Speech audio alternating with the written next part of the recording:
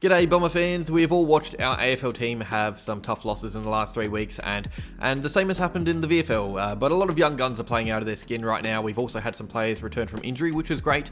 We went and beat the Cats at GMHBA, we lost to Williamstown and Thriller, and we most recently were belted by Sydney. So here's my VFL review from those 3 games, going over the AFL listed players to see how they went. So this video is filmed on the Wednesday. I don't know if Tsatas is in the team for the AFL or not, and if he isn't, he should consider himself quite unlucky. He has been great in the VFL. He was huge against the Cats, arguably best on ground. In fact, he had 30 touches and over 10 clearances as an inside midfielder. He dealt with a tag against Williamstown, but still had an impact showing off his stoppage craft. And against the Swans, everyone had down days really, but he still managed to get a lot of the ball on his own. I really like his hands. He's clean out of stoppages. He is still really lean, but you can see him being a crafty inside midfielder when he builds muscle, and he isn't a bad ball user as well. I'm loving what I'm seeing from him each week. New challenges to overcome, and he seems ready for the task, which is great. Sam Weideman obviously came back into the VFL after poor form in the AFL for the last 2 matches and played in defence. It's clearly a role shift, and you know what? He's actually been pretty good, guys. He has got the hang of the craft really quickly. He obviously makes some mistakes, which is fair, and he has dropped some clunks you would want him taking to build confidence, but for the most part, he is solid and can intercept mark effectively. It's a common move having forwards play down back because they read the flight so well. Laverty did it, Stewart did it, Baldwin did it, and now Weideman has done it, and he actually looks alright. Nik Cox only really played a half a footy in this period. He played just over a half, I think, against Geelong. He was rested, and it turns out it was because he could play in the AFL against the Dogs the week after. He was really good in the limited minutes he had against Geelong. It was mostly wing-based disposals. He was one of our best on-field while he was on. It was a big step for him in getting AFL minutes, I think. It was James Stewart's first game of the year after his injury against Sydney. He didn't play a full match. I think he went off during the third from memory. I didn't see him much after the third quarter.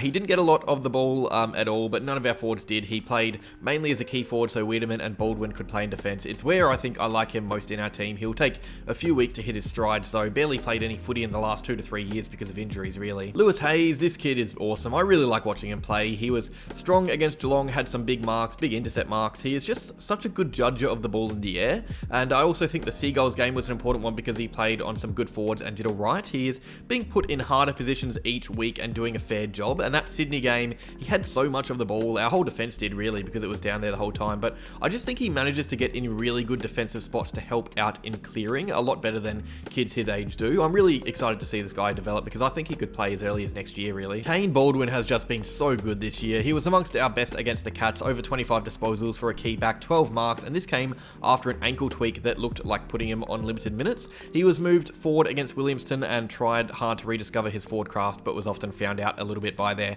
defenders. I prefer him as a backman, and that's what we got against Sydney. He was arguably our best player. He battled hard all day, fought really well. If it wasn't for him, I reckon that margin would have been a lot bigger. Alistair Lord, this guy must have been watching my videos. He must know he's under the pump list-wise because he's probably had his best form or a little month period since coming to the club. He was terrific against Geelong. It was a little highlight reel of a game. It showed the reason we drafted him, what we thought we would get each week. He was huge out of defence, attacked so well, kicked the winning goal, and the week after he was good as well. He had 17 touches and another goal, but it feels like he did so much more in that Williamstown game. He had a big impact defensively and going forward. He was also busy against the Swans, but a lot of it was rushed and hacky. Those first 2 games are the way he needs to play every week to save his spot. Alwyn Davey Jr.'s decent VFL form was rewarded with game time against the Swans recently. He really gets up and about when games are on the line. His Geelong match was, he was quite early, but he came into his own as the game got in the red zone, and his pressure in the Seagulls game was awesome. The 14 touches doesn't tell the full story. He was hot and eager to tackle,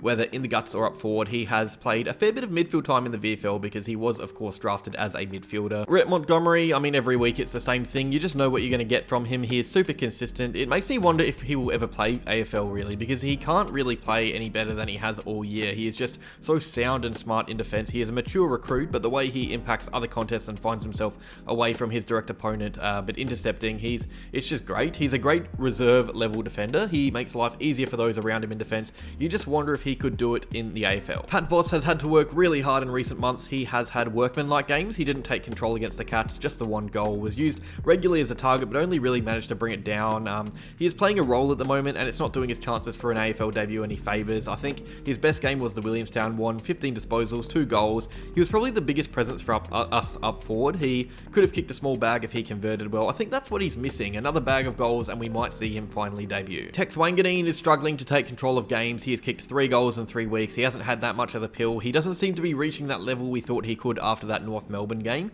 He was an AFL emergency not long ago, and now he seems to be fading away as the season goes on. I thought his Geelong game was impressive. The stats don't tell the full story. He seemed to be around the ball a lot, applying good pressure, but he seems to step behind the other AFL listed players contending for match day squad spots. Cian McBride is coming to life after 4 or so seasons at the club. He was genuinely one of our better players against Geelong. That was a surprising performance to say the least. He had 10 or so marks, 15 disposals, some crucial one-on-one wins. He followed it up with another strong game in defence the week after as well. He did well to bring the ball to ground. Wasn't clunking it like Weideman or Baldwin or Montgomerie did, but he was doing a fine job in defence. And then against Sydney, he went missing. That's just the life of Cian McBride. We got a nice little glimpse of why he was drafted though. Massimo D'Ambrosio was clearly loving full minutes football. He stripped himself of the sub role and is now winning heaps of the ball off halfback in the VFL. He is really good with it most of the time. He makes mistakes, but he follows up his mistakes with tenacious pressure-based second efforts. He is really prominent attacking and is working on his defensive craft as well, which is great. The only issue is he suffered a injury in his last match,